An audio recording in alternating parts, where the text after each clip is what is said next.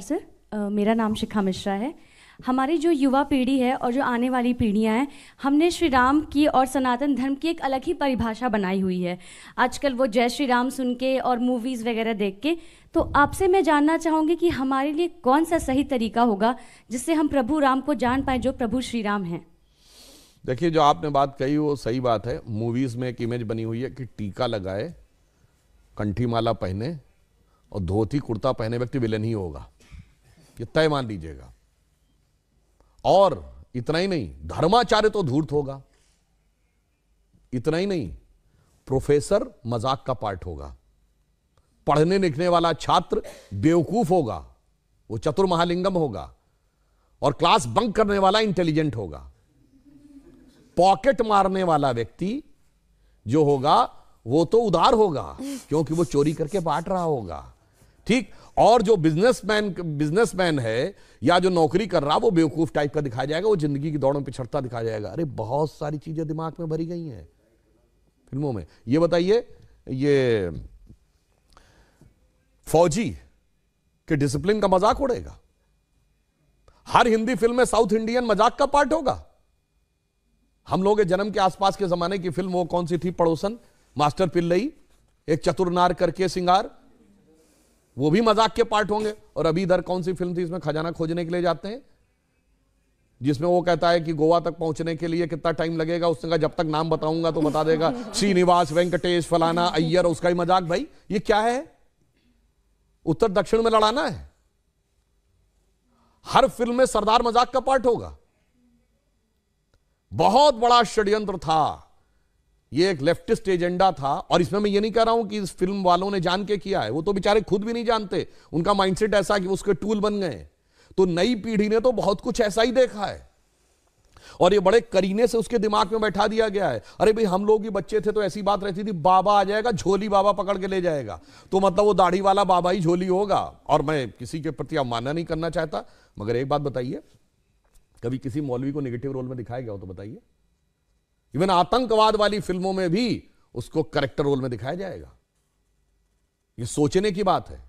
एक ही फिल्म में, अमिताभ बच्चन जी की फिल्म है 1970 के दशक की, जिसमें जब उनकी भाभी आती हैं और या मां अगर उनको प्रसाद देगी, मैं नहीं लेता ऐसा प्रसाद, मैं नहीं मानता ऐसे भगवान को जो गरीब का पेट नहीं भर सकता, उसी फिल्म में 786 का बिल्ला उनकी जान बचाता है और उसको यूं हाथ से लगा रखते। सोचिए कैसे दिमागों में चीजें भरी गई हैं। इसलिए मैं युवा पीढ़ी से कहूंगा, इस जगत प्रपंच से बाहर निकलिए और ओरिजिनल अपने टेक्स्ट पढ़िए। विवेकानंद का साहित्य पढ़िए, स्वामी राम तीर्थ का साहित्य पढ़िए, श्री अरविंदो का साहित्य पढ़िए, गांधी जी ने जो लिखा है उसको पढ़िए। कार्यक्रम के शुरू होने से पहले कुछ आप विवरण दे रहे थे, मैं चाहती हूँ वो दर्शकों तक भी पहुंचे। कैसे समय की चाल बदली। देखिए, हम आपको एक बात ये बताएं, आप सब ने शनि की 7.5 वर्ड सुना होगा।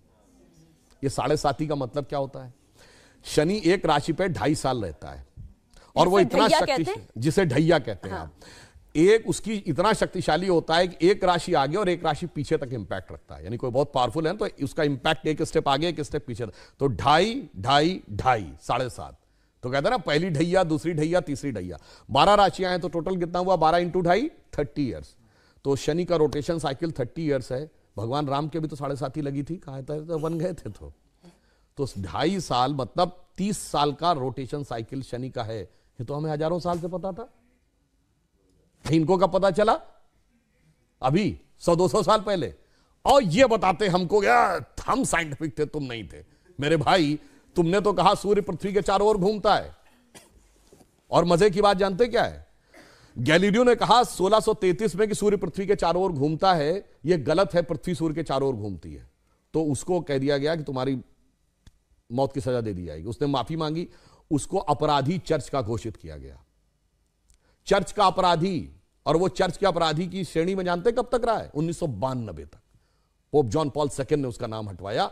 वरना जिस जमाने में स्पेस में सैटेलाइट पहुंच गया, आदमी 69 में चांद पे पहुंच गया, और तब तक वो इस बात के लिए दोषी था। मगर कोई नहीं कहता उनसे कि आपके धर्म में कोई आपत्तिजनक बात लिखी हुई है, इसे हटाने की आवश्यकता है। मगर जहां सबसे साइंटिफिक बातें लिखी हैं, वहां पे लोग कहते हैं कि इसमें हटाने की आवश्यकता, उसको हटा। इस षड्यंत्र को समझना चाहिए।